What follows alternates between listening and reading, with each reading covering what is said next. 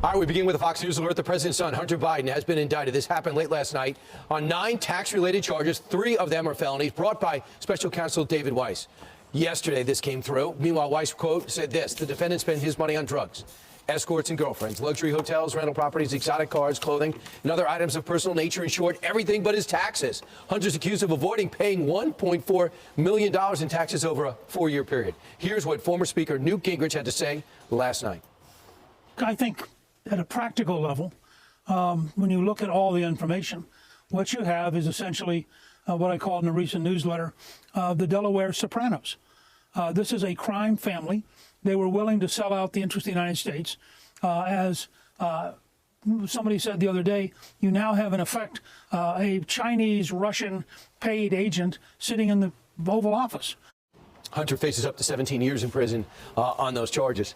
And guys, remember, for the longest time, we heard the IRS whistleblower say, we wanted to bring this in California. And David Weiss said, no. We wanted to bring it to D.C. David Weiss said, no. And then they asked David Weiss, like, no, I don't think that really happened. Now he gets a special prosecutor status, and it seems like it happened. And I get the sense it's not over. But in the big picture, Abby Lowell has fired back his attorney. An attorney somebody else is paying. Evidently, he is broke. He does not have a job. And then they're going to paint it as it's a Hunter problem, not a Joe problem. But as we analyze this, this is very much a Joe problem. Oh, yeah, it is. And I think they're building the case of the connection with Joe Biden just because they said, look, he's struggling with alcohol, drugs, and all of this. But they also said he was a great businessman. And that's in the indictment. Smartest man Joe knew. Exactly. Matt Whitaker is a former acting attorney general. He's joining us now this morning. So, Matt, I'm reading the indictment. If you go to page 34, it goes through all of his business expenses. But there really aren't business expenses. This is him paying the prosecution and all of this. But they did something different in this indictment. They go through his book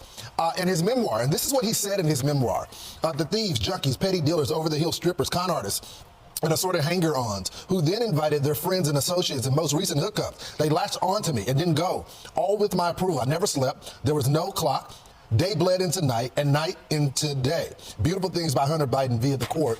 So he's talking about his addiction in the book while still saying he was a businessman. And so he has all these accounts that he's charged for all of these things, claiming them to be business expenses. And the court is saying, the prosecution said, that's not true. He was living a lavish lifestyle. He said it in his book. He has contempt for the court. Yeah, it's good to be with you all. You know, if you read through this indictment, I think David Weiss tries to cover himself because remember